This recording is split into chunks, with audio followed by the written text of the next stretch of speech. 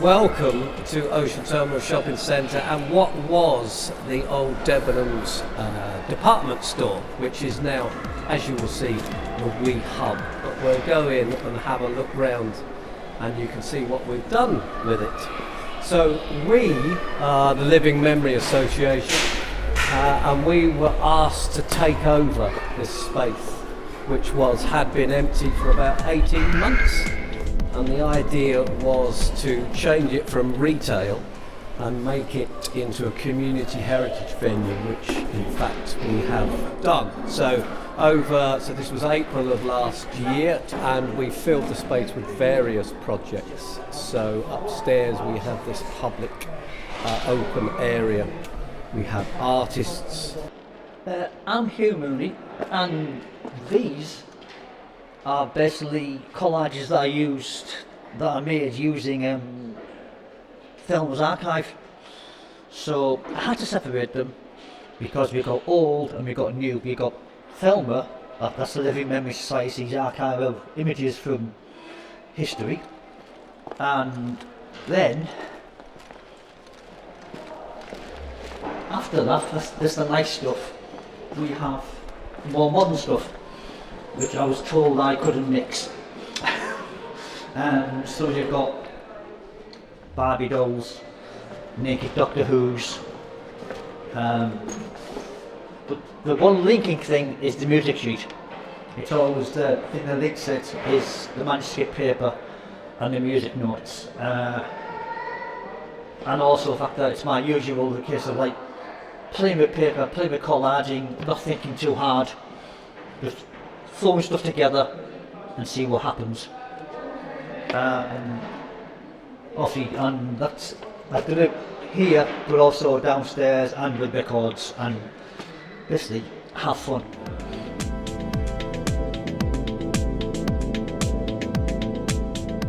And the piece of work we're going to show you today is originally a Ted Baker advert of the Three Muses wearing Ted Baker underwear, which I have now sanded down and done in my own style.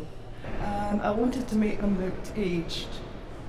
So yeah, it was a case of sanding the whole picture and then painting the figures as well.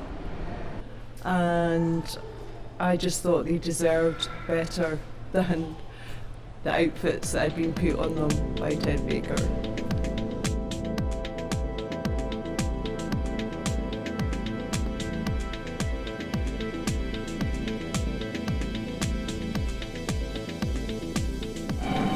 So this is Alan, who's not only utilising plastic, but this was a display shelving unit, taken the shelves off, and he's done this great piece of art here, as he will show us.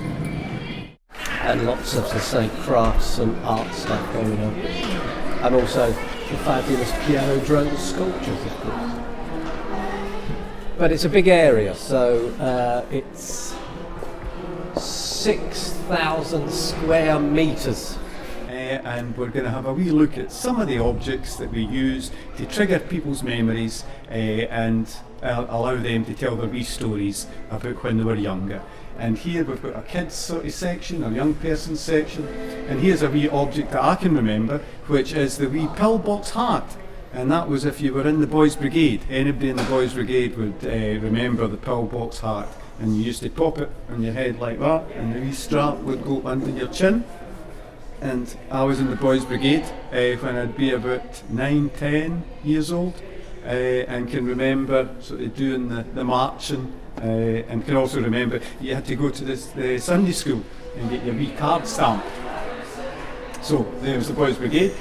So another childhood sort of experience would have been doing the wee Airfix model kits that I remember doing, aeroplanes and tanks and various things, and that would keep you occupied for many hours. And also here that would keep you occupied would be the books, the annuals that you would get at Christmas. And there's a dandy one which would be a popular one. I can remember getting the comic, and at Christmas you would get the sort of complete works all together in an annual.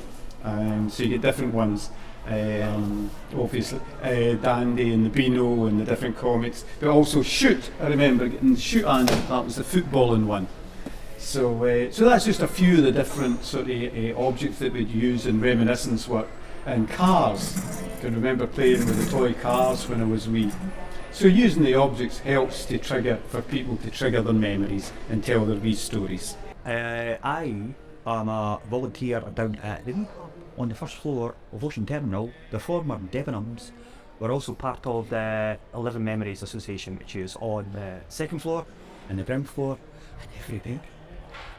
I volunteer here. I'm also an abstract artist, but I'm here to talk to the wonderful Kaye. Hello. Right, so I'm Kaye, and I'm one of the pirates of the crafty being, and the Living Memory Association give me space for free, so I set up the Ministry of Imagination. So if you want to just come and hang out and have a chat and about ideas and that'd be great. If you want to come and play out with sort of like magazine sculptures and maybe learn how to crochet, but even if you just want to just come down for the chat, you're more than welcome.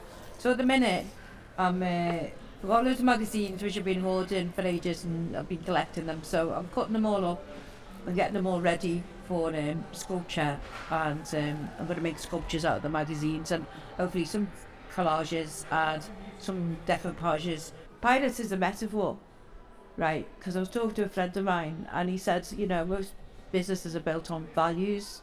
Well, to me, values shift like sand. So he said if you build things based on metaphors, they have a more tendency to enthuse people. So the metaphor for pirates for me is freedom and having the freedom to just come and do. So the craft is in whatever, so like arts and crafts, but also writing and music and whatever. Like I love the craft of conversation, so I just can't help myself anyway. So that's the craft.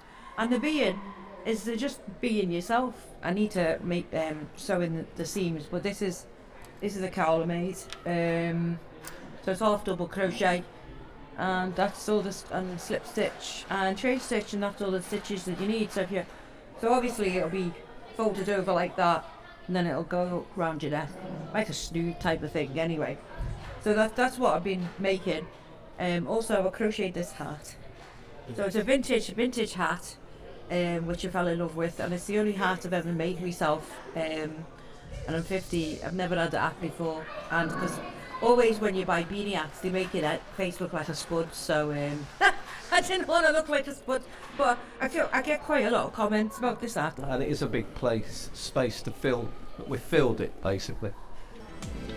And then of course we have this wonderful artist here, who's got a brand new exhibition up. I was given this space here, used to be the old Costa Coffee area at Debenhams, and as you can see down there, I rechanged the sign from the home of irresistible coffee to the home of irresistible art. People have got plastic from all around the world and brought it back to me, and they've written down where it came from. Just all sorts of countries like that wee bit of plastic there. It came from Manhattan Beach in America, where they filmed the end of the Planet of the Apes. So there's tons of stuff there.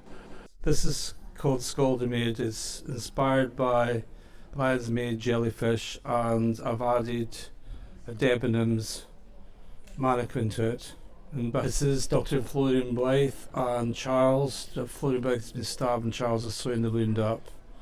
And Dr. Florian Leith is inspired by an actual a woman called Margaret Ann Barclay, who had to change her name to James Miranda Barry and her identity so that she could become a doctor in Edinburgh in 1814. And here's another mannequin with a bit of an old clock stuck in her head. My pal Jackie's done some jewellery for her, and my partner Jamie did the Cthulhu t-shirt. And here's some of my books. These are a series called Sherlock Stories about a cyborg hen. What are you doing, Mother? Calling your father the cosmic cockerel? Our father? It's one of those flying saucers!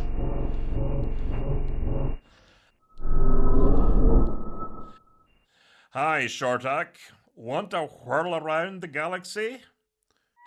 Can you help my son find his voice?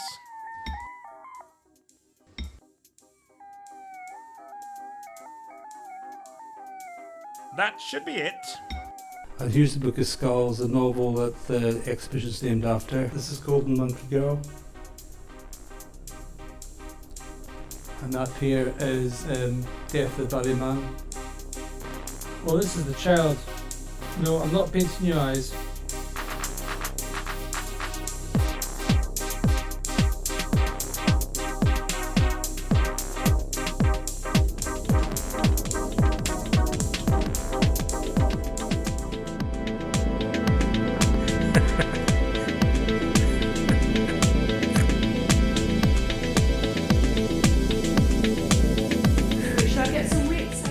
We have a heritage area, fencing club at the back, and we have lots of seating areas. So it's a space where people can come and actually be here, come together, and it's actually free, which is the most important element of it, really. We'll have a wee look round.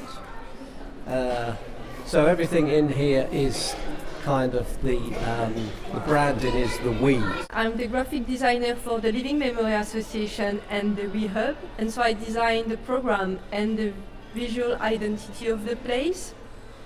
For this logo, because it needed to be consistent with all the activity we do in the Living Memory Association, I choose the same font called New Spirit. It's a playful font, and I choose as well to work a lot with the color, so to make it something different, to make it go with the season as well. So we've got a Hub Records over there.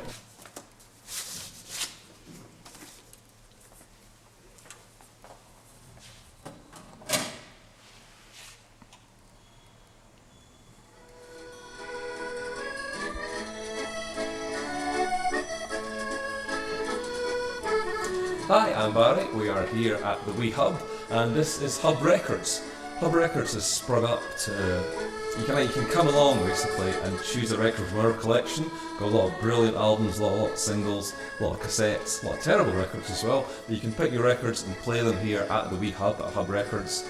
Also, it's aimed at people who maybe have some vinyl left over, some cherished vinyl at home, but they don't have a record player anymore.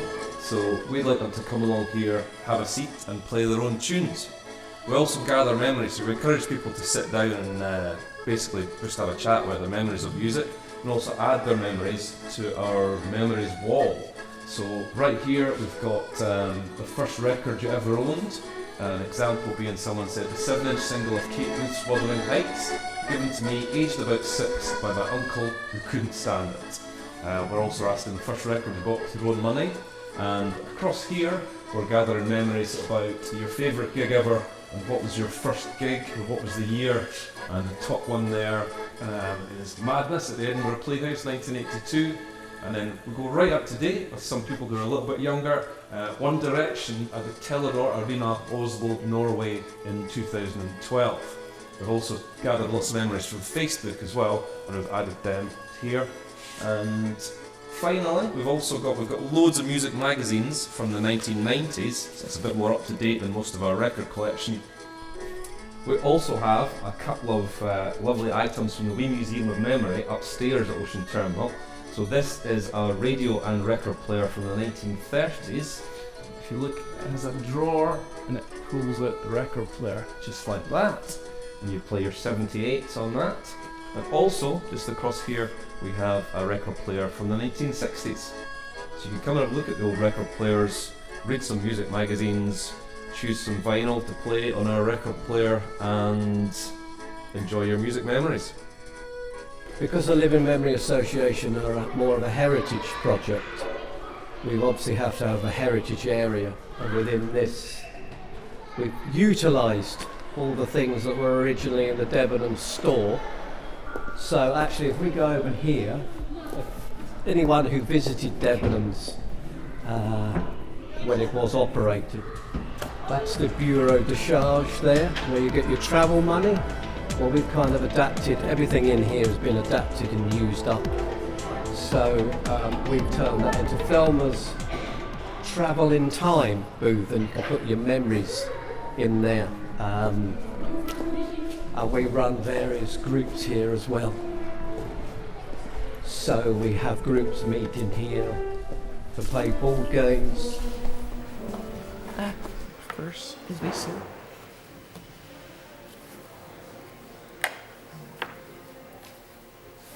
Oh, yes. Oh, no. Oh, I didn't see it. Oh, I could have taken the... And have their own meetings. We have community groups in here as well. Here we've utilised, my colleague Russell has utilised what were the counters for buying your goods. So we've got a heritage trail in here. So you can do, we've got a sheet and you can look through these various cupboards, and there's sometimes rather spooky things in there, and you will have little questions relating to the objects that are in here, just to get people involved really. I was brought into the organisation to help develop the heritage side of the old Debenham store, which we call the Wee Hub. So one of the first things I did when I joined the organisation was to turn this old till bunker into a mural, and it represents the whole of Edinburgh and all of its different localities. And it runs from east to west. So you can see here the kilns of Portobello and the promenade, and in the distance we've got Craigmillar Primary School there, because of course Craigmillar has its own kind of cultural identity within the city. And if we move down the mural, you can see that we've got all the kind of features of Edinburgh, all the kind of natural and built features, but also we're using archival photos from the Living Memory Association's donated photographs to kind of talk about the stories of the people of Edinburgh and all its different little communities. So here on the mural we've got to Meadowbank Stadium, and you can see there's a group of workers from the distillery Highland Queen, and this is back in 1985 where they're doing a sponsored walk from Meadowbank to Joppa.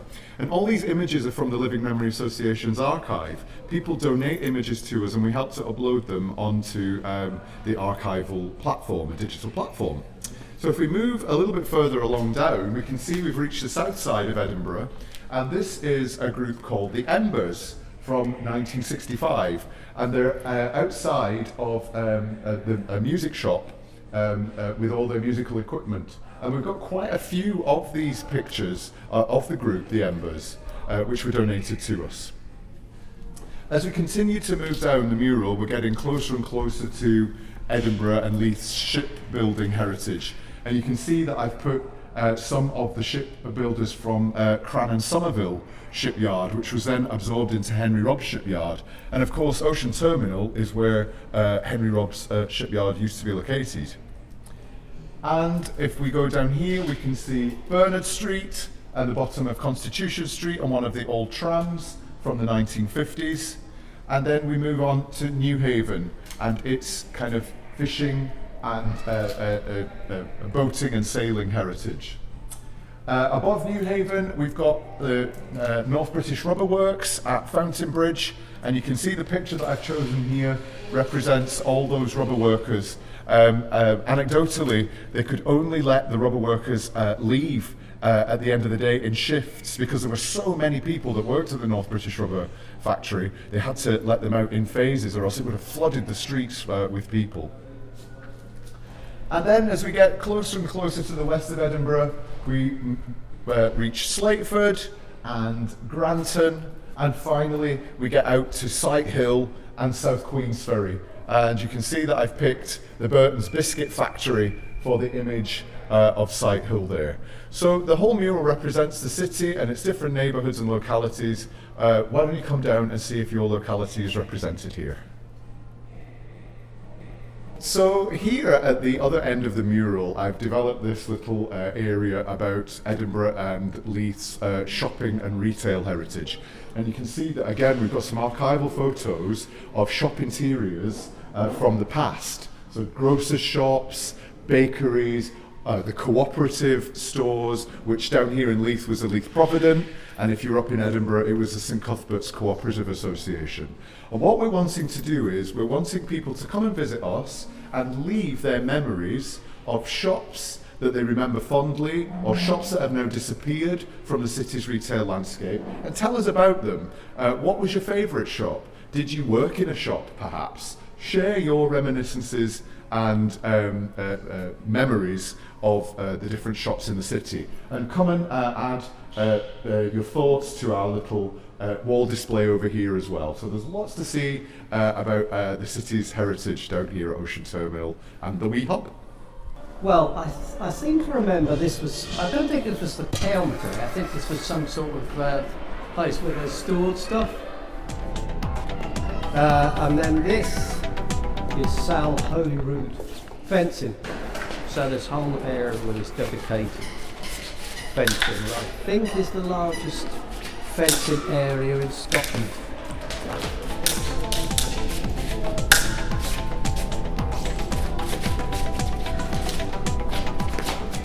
I'm the head coach here at Sal Holyrood Fencing Club.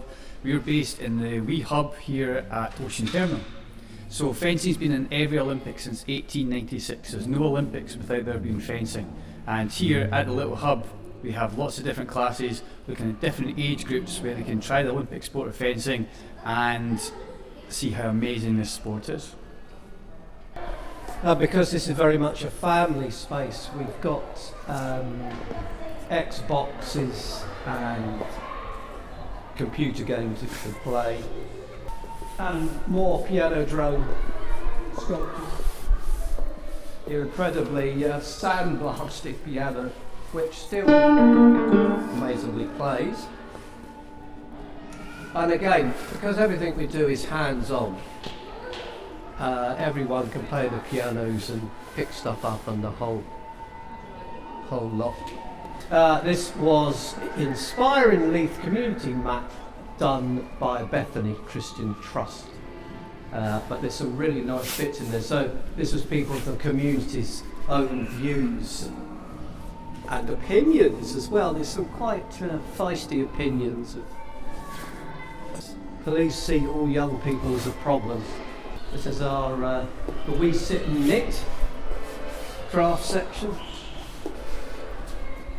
Something that's really kind of revived in recent years is knitting and crochet. And when my mum was knitting, you'd have to put your hands, and she'd have a whole yarn, and then she'd put it onto a ball, but you had to stretch the wool between your hands.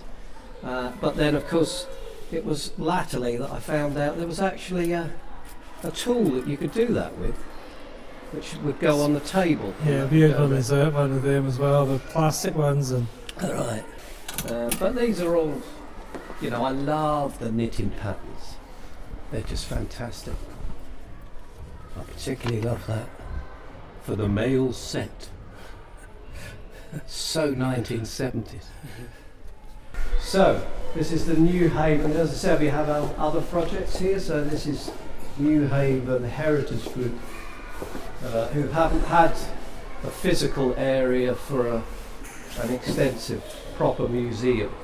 So they've popped up here, and obviously a lot of this is fishing related. New Haven was famous for that, and we've been able to utilise all these magnificent mannequins that we have.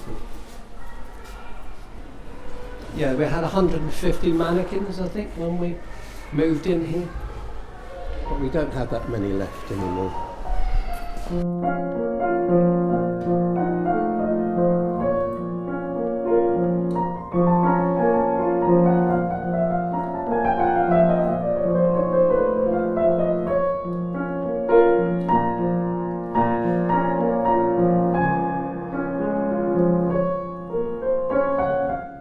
We have the adopter piano happening where we have to fix up pianos and make them really nice and send them to new homes.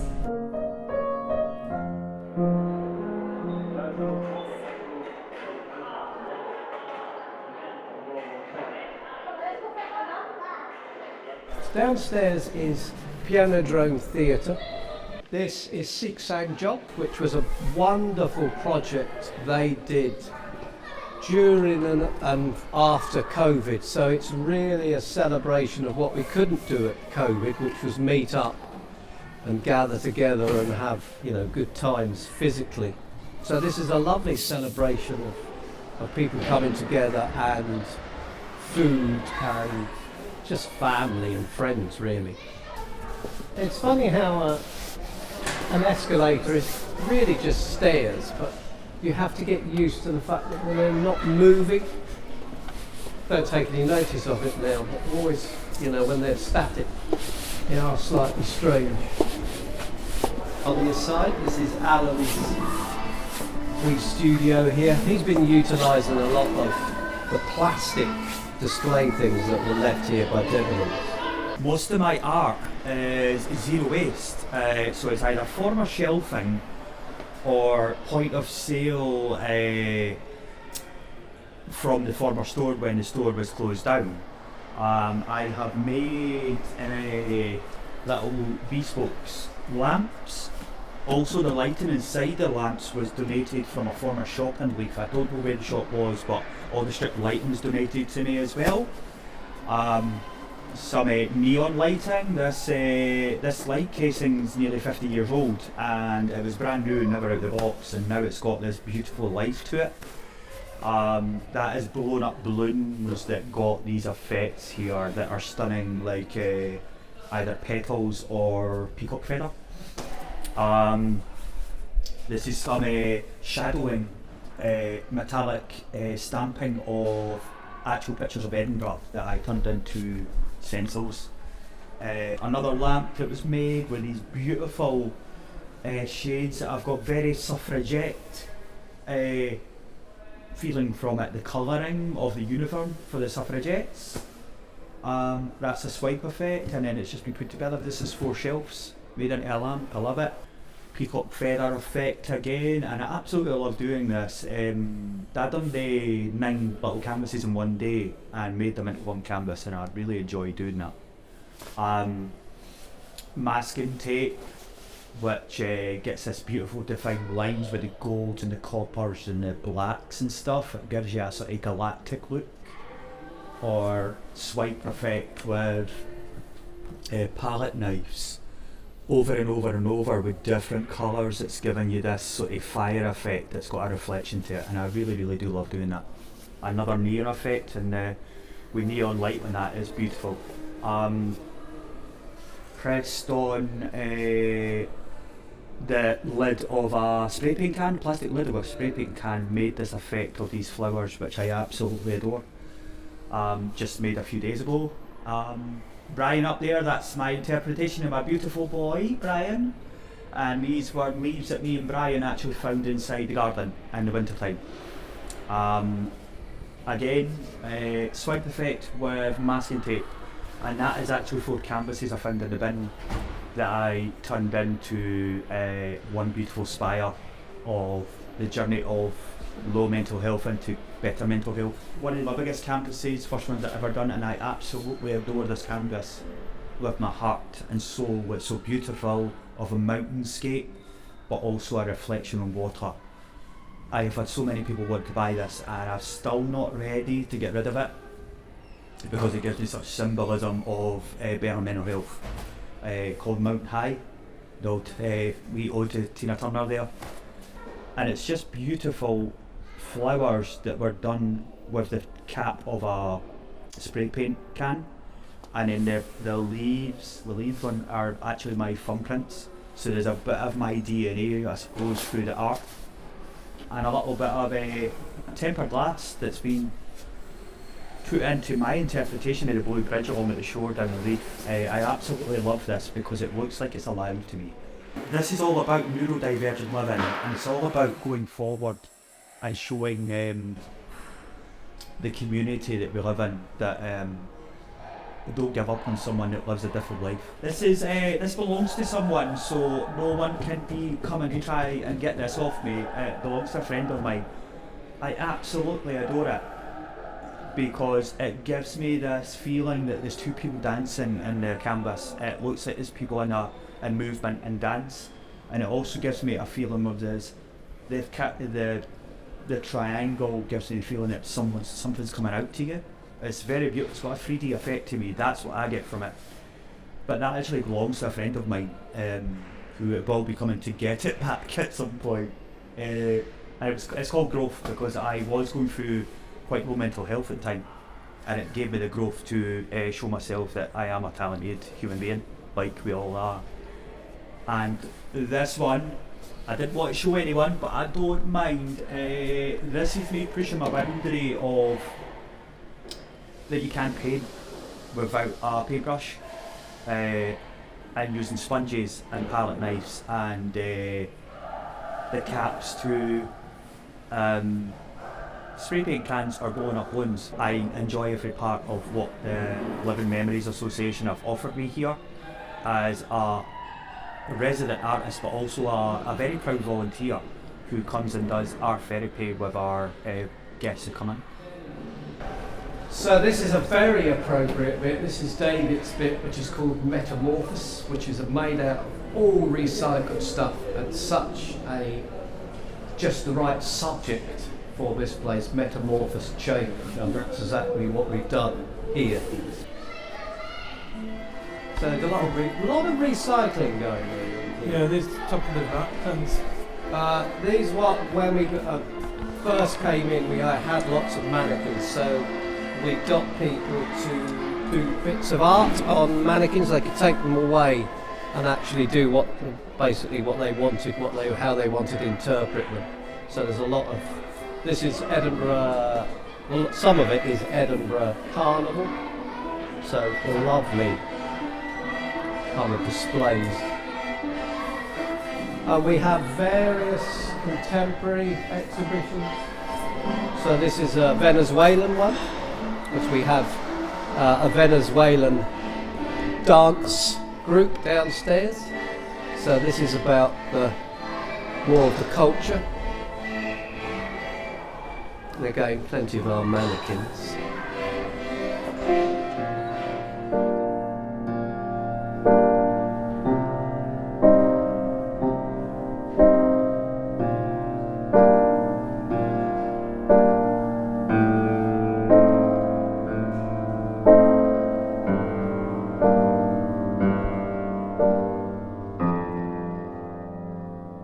So what was your favourite thing about working in Pianodrome?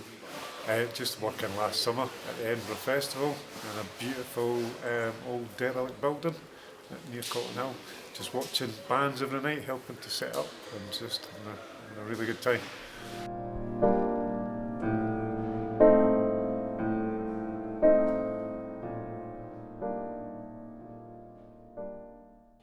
It's an old Debenhams that is converted now into a community area for not-for-profit and charity and community use. We have this wonderful huge dance floor that we've created for people to come and use and enjoy. It's fantastic for the community and dance groups, individual dancers. We've had lots of different people come and enjoy this space. We've also created a wonderful wee theatre where we can have shows and children can play, and it's amazing.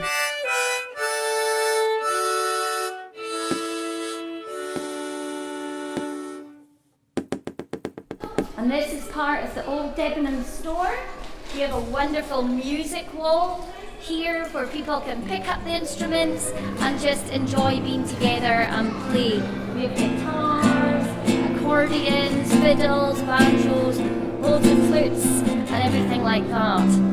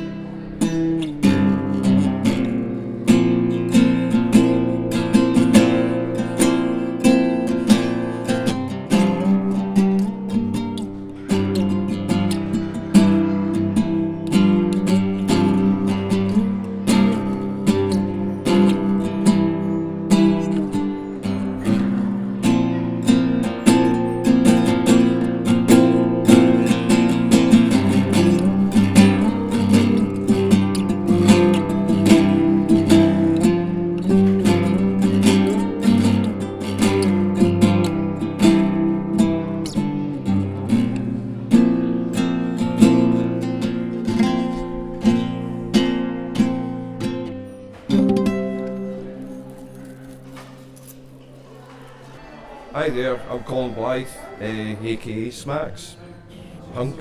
Yeah, play a bit of music of all sorts. Music lover. Hopefully be doing podcasts here in the Wee Hub soon, and bringing out music as a more of an open topic for people in Edinburgh. And and a lot of good ideas will be getting moved around as well with the Ministry of Ideas. And get in touch with us soon. If you take us further along, the space is really huge. It's designed for the children, so it's all very touchy-feely. We have our the wee heroes area. Very good. Left. Please play here used to be please pay here at the tills at the old Debenhams, which is now a fantastic pirate ship created by the Wee Hub staff and volunteers. Fantastic pirate ship for everyone to play with. The Sunshine launched in Leith just last week. And it's all wonderful and free for the community to use. We created the wee hoppers, which used to be the crack hoppers. And now it's the play area for everyone to enjoy. Hi Stacey, and why do you like to come down to the Wee Hub? I just enjoy bringing the wee one down to play with all the toys. She has a great wee time here. Fantastic, and did you enjoy the pirate ship launch last week? Yeah, we were here for it. It was really good. It was so busy, loads of kids. It was great fun. We were doing songs and stories and dancing, so yeah, it was great, good fun. Fantastic, thank you for coming. Oh, no worries.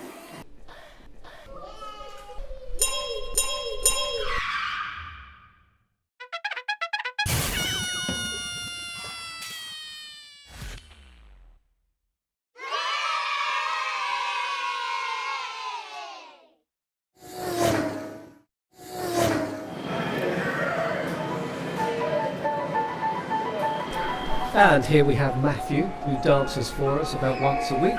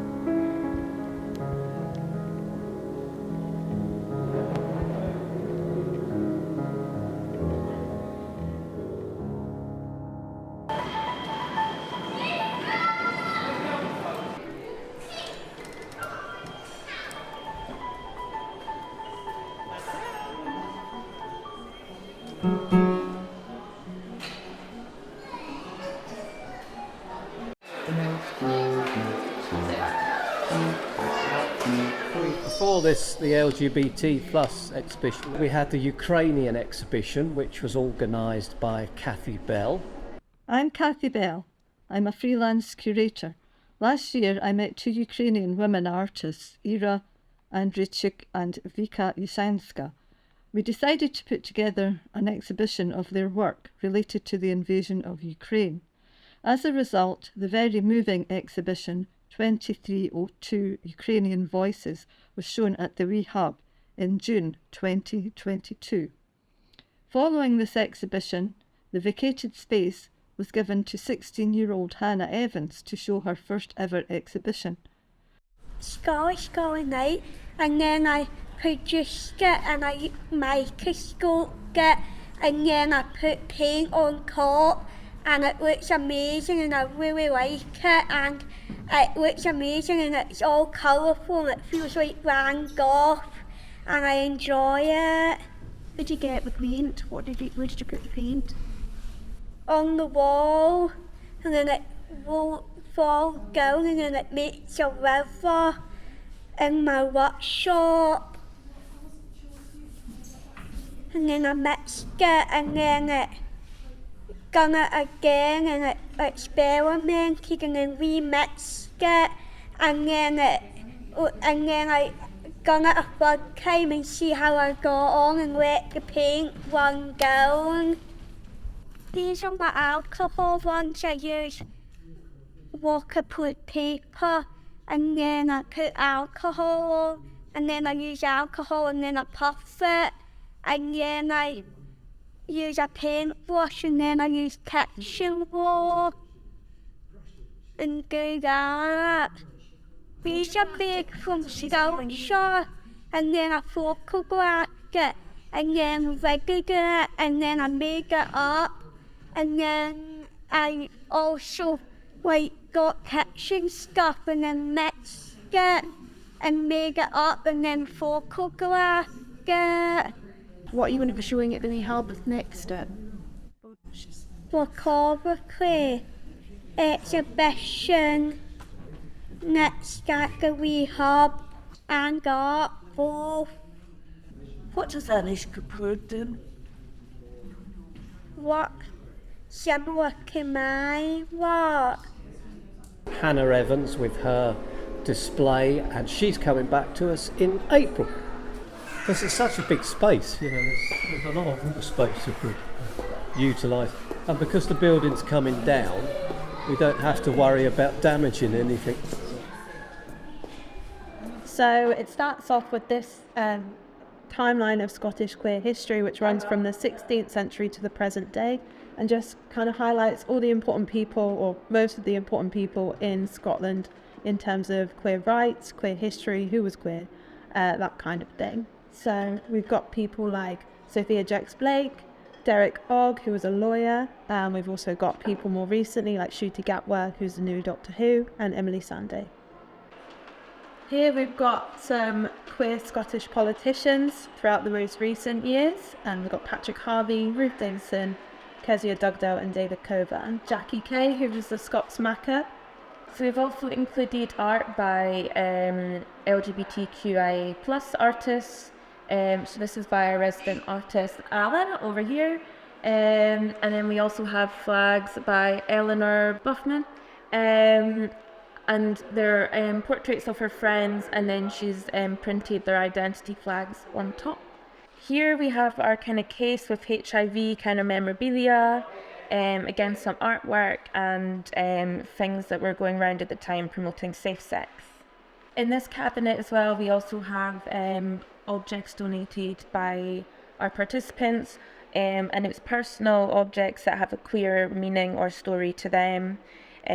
So for the skirt and the nail polish, that was a non-binary participants, kind of first playing with their gender expression. We have notebooks and scarves that meant a lot to individuals and kind of where they've put their thoughts. Albums made by queer artists, and a mask in someone's workplace where it made them feel comfortable enough to express themselves in their sexual identity. It's a song by Peerie Fairies, which is a queer folk band based in Edinburgh.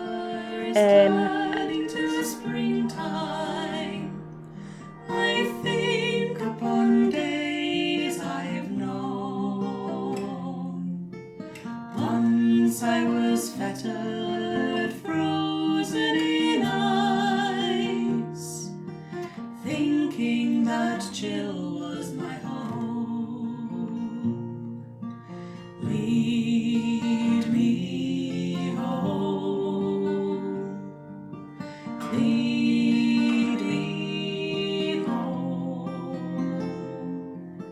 somewhere where all be known. Ice, though it's rigid, is easily broken. The cracks they began to show. The promise of sunshine filled me with fear. I sank beneath drifts of snow. Lead me home. Lead me home. Somewhere where all be known. A fracture appearing must grow till it splinters, and soon I was laid bare.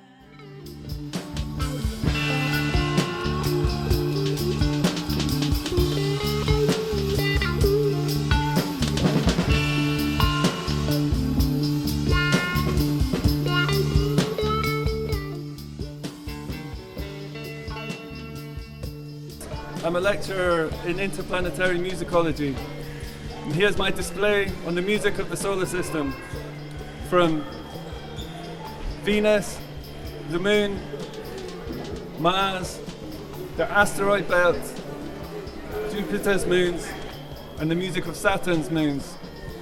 And I've just added this new collection of tapes I bought on my last trip to the moon. You can come in, also listen to lots of music from the solar system. If you want to hear more, you can listen to the Sound Ray podcast on Mixcloud, or you can listen to my lectures on YouTube, Dr. Ray Sound's Guide to the Music of the Solar System.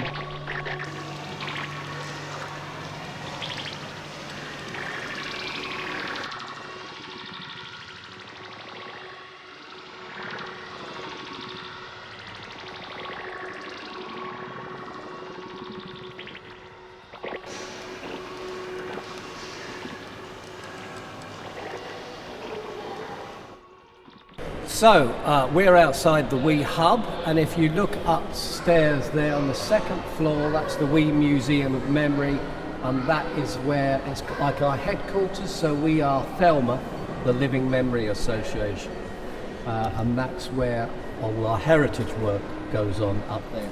I've been involved with the Living Memory Association for over 30 years. It was set up in 1986 as an umbrella organisation for people who were interested in reminiscence work. And it was at the time in the 1980s when people were beginning to focus more on ordinary people's memories and recording them and oral histories. So it was an umbrella organisation, Living Memory Association, and we offered training and some conferences. But in 1999, I think it was, we became a charity in our own right, and ever since then we've really gone from strength to strength. The work is all about valuing people for their life's memories, for their life experiences, and through that offering new opportunities to meet new people, to learn new skills, and above all to have fun, but also to record information about the past for future generations. So we've moved around quite a bit over this period of time. We started up a winding stair in Huntly House Museum. We were working closely with Helen Clark, who was the keeper of social history, and she gave us space in the museum. From there we opened our first premises at St Leonard Street, and we cut the ribbon, and we had it was a shop, an old shop. And that was great to have our own place and our own window displays, and we would have groups, reminiscence groups coming in and people being recorded. From there we moved to Duddingston, and we were in Duddingston Village for I think 2 or 3 years, but then felt that it was a bit isolated. So we moved to Leith, and we were in premises in Quayside Street. And from there we came to Ocean Terminal about 8 years ago, and they offered us a pop-up space, and we've been here ever since. We have our wee Museum of Memory here in Ocean Terminal. It's full of old donated items. things that people have in their drawers or in their cupboards, but they don't know what to do with them. They don't want to throw them out, and yet they bring back a whole chain of memories for other people. And people share memories together here at the wee museum. We have a recording studio where people can record their memories. And then in February of 2022, Ocean Terminal Management approached us and said, would we like to take over the empty Debenham store and run it as a community and heritage hub? And my colleague Miles said, I couldn't refuse, let's do it. And so we did. And the wee hub, as we called it, it's a really vibrant and imaginative space where people can come together, learn new skills. There's a children's play area, dance area, heritage area. We have piano drum in there. We have fencing and other sports in there, dancing. It's a great use of a once empty urban space. And it's a community coming together and people having fun together. What's your favourite thing here? My favourite thing, one of them is probably the Tony Hancock poster, which is through the back. But I particularly like the old radios here as well, and a lot of the literature.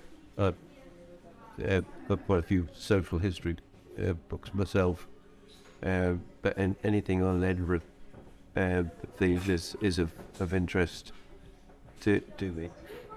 Primarily I do reminiscence groups and activity sessions with a number of people that come in on a Thursday morning, and we do artwork and crafting, we do singing sessions, we do reminiscence sessions, we do physical activities. You're aiming for the white, always the white. Or you're aiming to guard your own balls. But aim for the white. Aim for the white because they're not close enough. Well, oh, he's off. I like the curve. You definitely got an out-of-hand curve. I'll be go like that. Well, maybe keep stops it it dead. closer. Oh, now it's close. Oh gosh. Right. So will I go first? Yes. That's rubbish. Not really. So try and hit the white one. You're getting as close to the white as possible, but you can also knock the white one. Making it harder for the rest of us. I may plays balls. And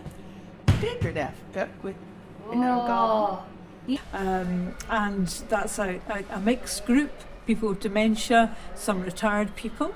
I also work a lot with the museums and the collections that we have here, the donations of objects, so trying to keep that going in terms of administration.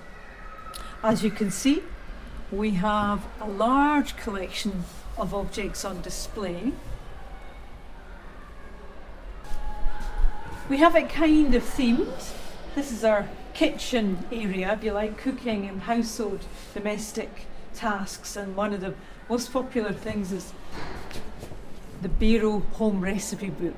So many ladies of an age will come in, actually of all ages, and say their granny had this or their mum had this, and they still use this book, and it's particularly for the scones.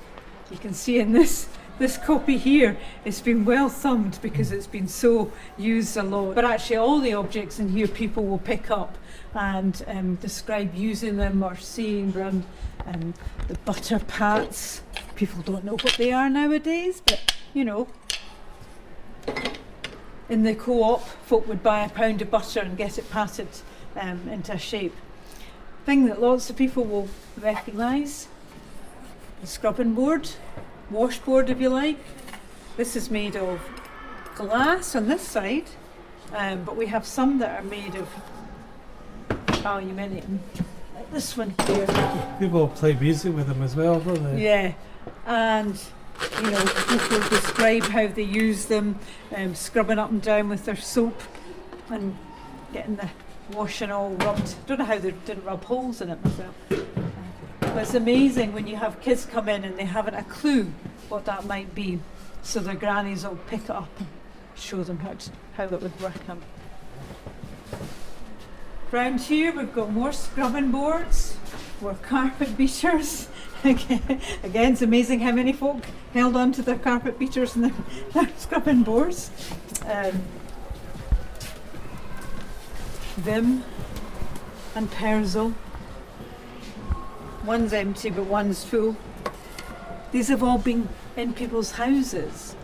They held on to them, or when their granny died they had to empty the house, and what did they do with this material? So they said, would you like it? And we've taken lots and lots of donations of half-empty tins of this and that.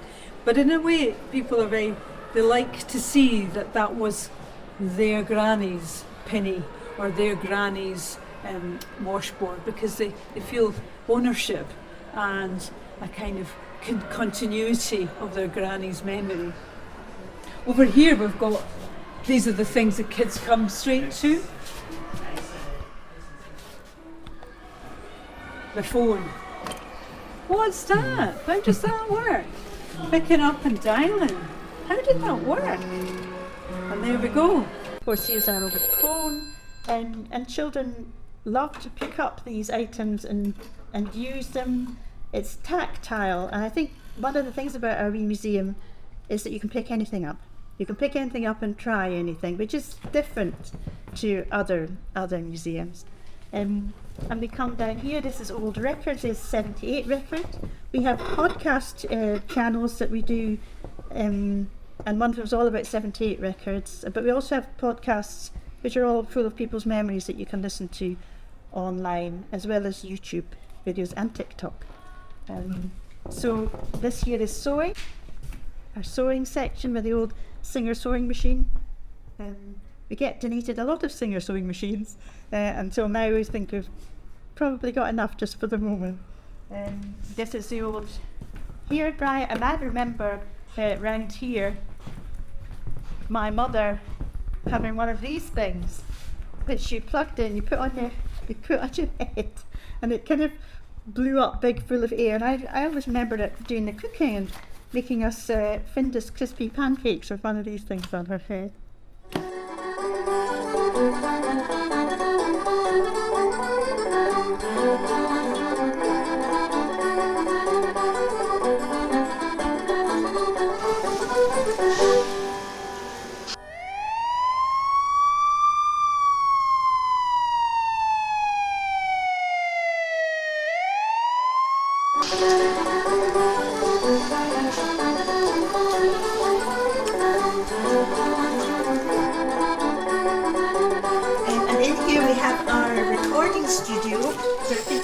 And have their memories recorded, and there's a studio in there. The earliest years.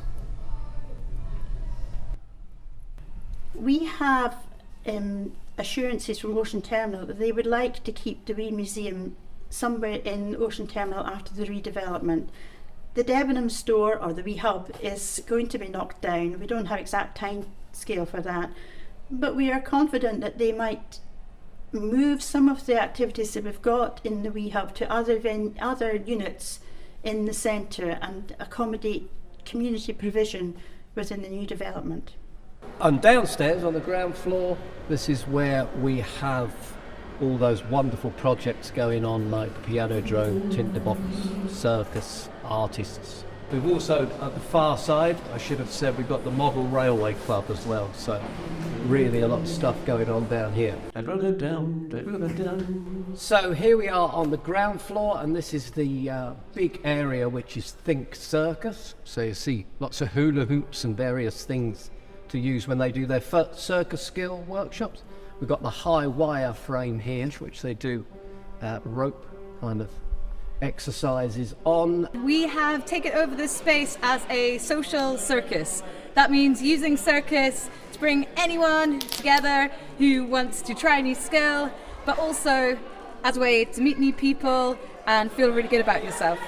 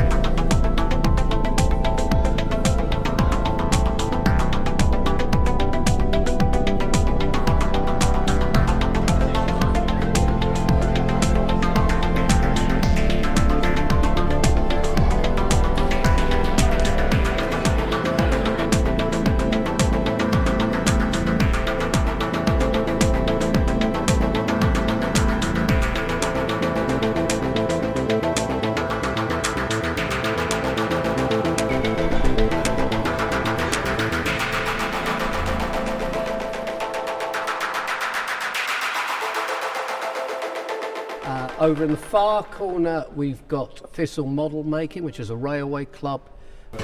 Way more trains than I actually need. Eastern Germany, sort of round about the time that the wall fell down.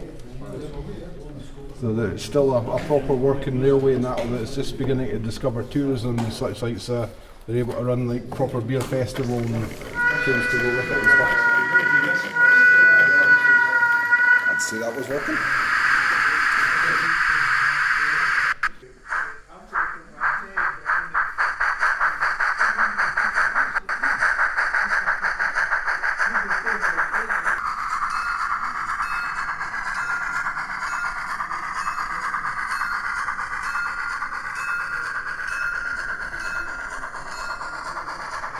Well, it's been an absolute joy when we got offered this place, because our club room's actually very small. We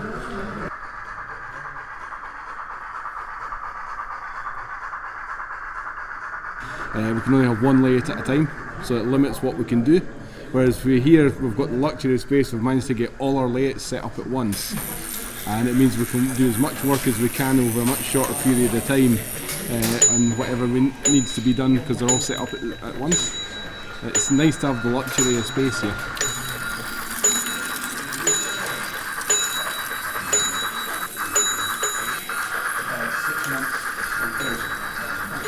Ah, told you they've got a mind of their own.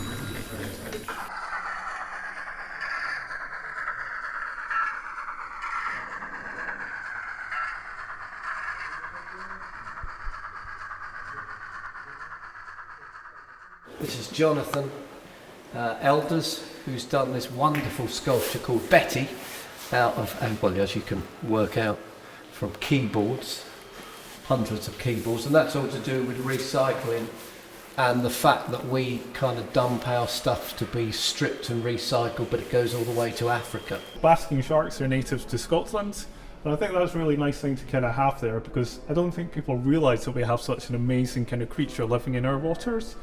But also it ties us back to Scotland, and I think quite often we tend to think that we're too small a nation, we don't really make a difference, we're maybe not one of the big contributors to the kind of problems which the environment's facing. So Betty here is actually constructed mainly out of disused keyboards, which were supplied by CCL North. Now they're a really good company based out in the west of Scotland, who do lots of recycling and repurposing of items. But they were kind enough to share that with me, and they were really keen to kind of stress, you know, that we can do this in Scotland and that they've been doing it for some time. So inside here you see videos. This is a guy who's actually processing European e-waste from a few years ago, when the rules were relaxed a bit for how they had to be processed.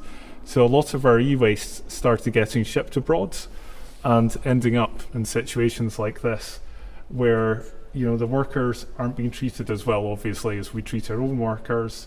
What happens to the e-waste afterwards is literally end up lying on the ground. And I think the guy here is just kind of stripping out the copper from various different electronic components of the most rudimentary tools. And as you can see, he's got absolutely no PPE, he's got no goggles, he hasn't even got a pair of gloves or anything. So there is this issue that if we do ship stuff abroad, it's like, well, it might be out of sight, it might be out of mind. We might have been told, yes, this is going to be processed. But unless you actually see the whole journey through, we don't know that. So CCL North have been really good at kind of dealing with this, and like with televisions, for example, they've actually break up the screens, they use the glass to create glass beads, which are used in kind of Japanese-style glass bead gardens. They even use the dust produced from the glass to kind of make ceramic tiles and likes. But that's what Betty was all about. It's about, she's a ginormous, colossal creature, and we're producing this ginormous, colossal amount of e-waste. And a bit like the basking shark, which swims around with its gaping mouth, just kind of consuming endlessly, it's a bit like our appetites for the latest tech, unfortunately. I'm currently working on this one here, which is going to be in collaboration with another group. So what we're doing is we're taking trees, and we're using black 2.0 and black 3.0 paints. So the idea behind that black paint is it's the world's blackest black of paints. So once it's kind of fully finished and prepped, then the tree itself will start to look almost like a whole, kind of like a space. And the idea is that you kind of appreciate the tree not by seeing the bark and all the details and things, but appreciating the outline, the form which is left. What we've got over here is one of my first sculptures. Probably doesn't look like anything much at the moment, so it's not actually turned on. But these little kind of gold sections mounted on these are actually lasers. So the idea is that these are displayed in a dark environment with haze. There's actually little kind of smoke machines inside it. And when it's all turned on, then you actually see the lasers draw out the sculpture. This is one of the pieces from the LiDAR forest. This was developed with the help of students and researchers at Edinburgh University. Kaye Carstairs, a very interesting guy who's extremely helpful, helped me develop this. So what you're looking at the moment is the image of a tree. This is a 3D module which has been created using LiDAR. So how LiDAR works is it projects a laser at an object, and you see each little point on the screen. This is like one reference which has been taken by the LiDAR scanning tool. So this is actually a tree from the rainforest in Gabon, which you're able to experience through the kind of motion tracking software, and as you move around the screen interacts with you in real time, so you get the chance to explore something, you know, from a really remote part of the world and kind of experience this fantastic rainforest tree. Which is a great piece of sculpture. And this is dark studio.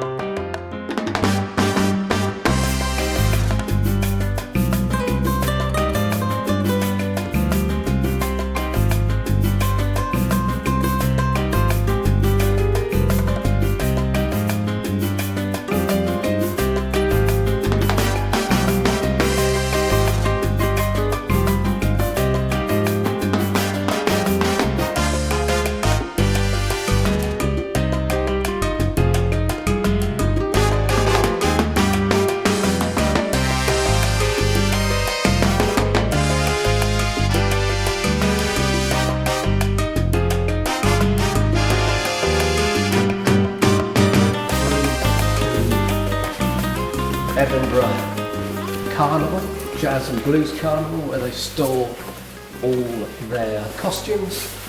This is an effect, almost like a thing that will go over your shoulder. And that, as you can see, the harness for that. So that whole thing will be above the person, which is why they always want it not to be a windy day on the carnival.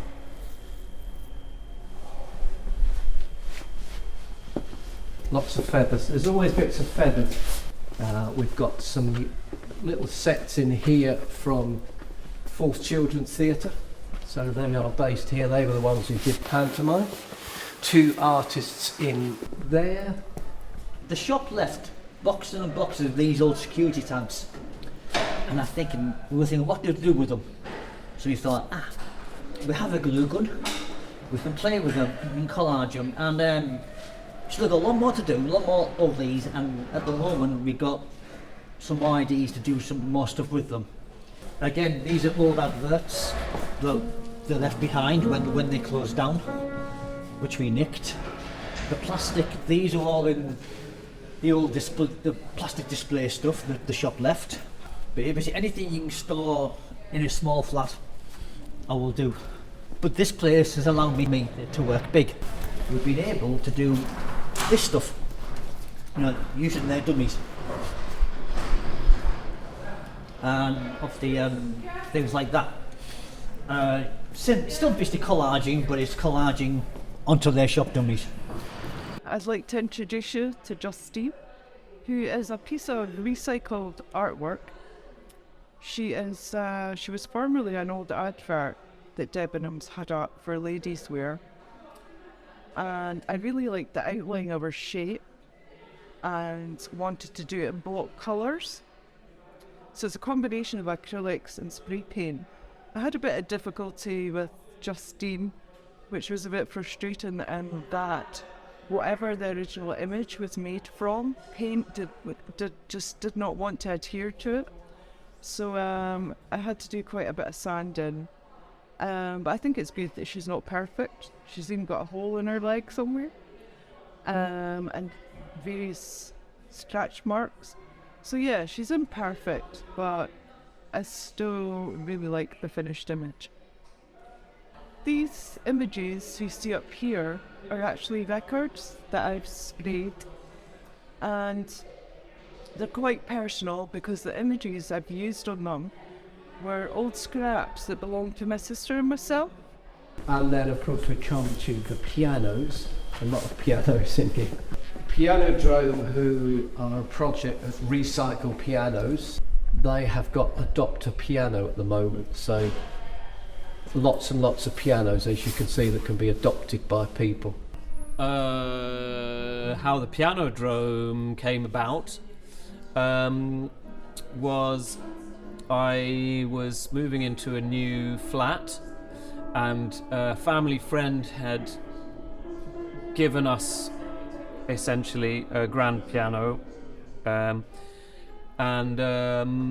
I asked the piano mover when he was moving up the 3 flights of stairs if he ever had any spare pianos that he didn't want, and he said he had 3 in the van which were on the way to the dump, and I could have them for free. And he kept on dropping off pianos at my studio, and they were a bit of a fire hazard, stuck in the hallway as they were, so I kept on snaffling them away in another room, and eventually I had a circle of pianos, about 10 or 15, which I took off my shoes and ran around the keyboard in my socks, ran around the circle of keyboards, and that's really when the idea of the Pianodrome came about. But of course at that point it was just an idea, and it takes more than just an idea to make a Pianodrome. So that was when my bandmate Matt, he said you need proper funding for this, and you need a proper venue, and he found the funding and became that's when we formed the Pianodrome company to create the first Pianodrome in 2018. And 5 years on, we've made a second Pianodrome, and we're building a third in North Carolina in the USA. And we made 10 sculptures for the Leeds International Piano Competition that were all around Leeds in 2021, which have just been nominated for an award.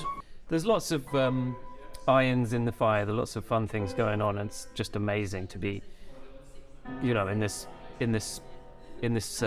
metamorphing space with all these different arts groups and community groups doing all their different things. Just to have a bit of free space. All you need to do really is offer people space, and then all kinds of amazing stuff happens. Hello, I'm Tom. I'm here at the Pianodrome showroom, helping people adopt pianos. Stuck to that. So you could drill into here and roll the string in. This is something that my son Theo composed. And then my son Oliver added the bass line. The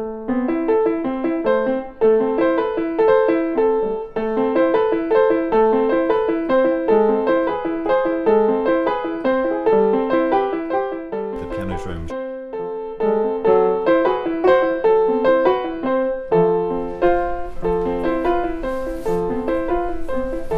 With 3 playable pianolas in the structure.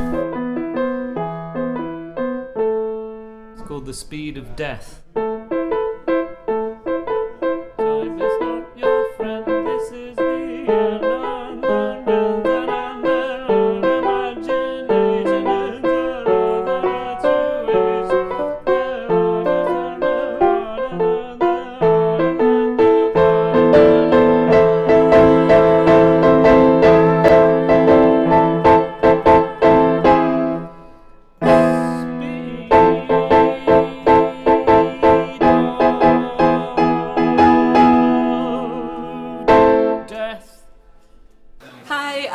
From the Tinderbox Collective. We're a music and arts charity based in Edinburgh, Scotland. We work with a lot of programmes around music and general arts, but we also have a digital arts programme where we play with creative technology, electronics, code, game design, and that's based here in our lab space down at the Wee Hub, where we love being. And right now This is our room to play group of artists who are working together to build an interactive playful exhibition over about 10 to 12 weeks, which is then going to go around Edinburgh to different venues. So we're going to have a live playful exhibition upstairs at the Wee Hub. We have one coming up at Hidden Door and later at In Space in the summer as well. So definitely keep an eye out for that and come and visit it here as well if you want to see it. And also just to give you an example of some of the things we do at the Tinderbox Lab, I have a piece here which is called the Pianola Nova. There's actually two of them. They're two upright pianos that have been intervened with electronics and code and different bits of computery technology to be able to talk to each other over a Wi-Fi network. So they're not plugged in just now, but the idea is that when you play one key on one of the pianos, there's some sensors set up that pick up that key and then transmit that over an internet connection to the other piano, wherever it is, which could be in the same room, but it can also be in another city or even another country. And then the electronics on the other piano trigger the key that you've played and play it on that. So it's a creative and technologically informed way of playing with performance and communication that we developed a few years ago as part of a research and development project with Tinderbox Lab.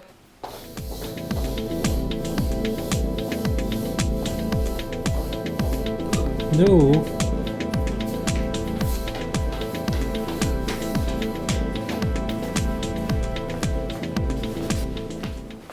Oh, okay then.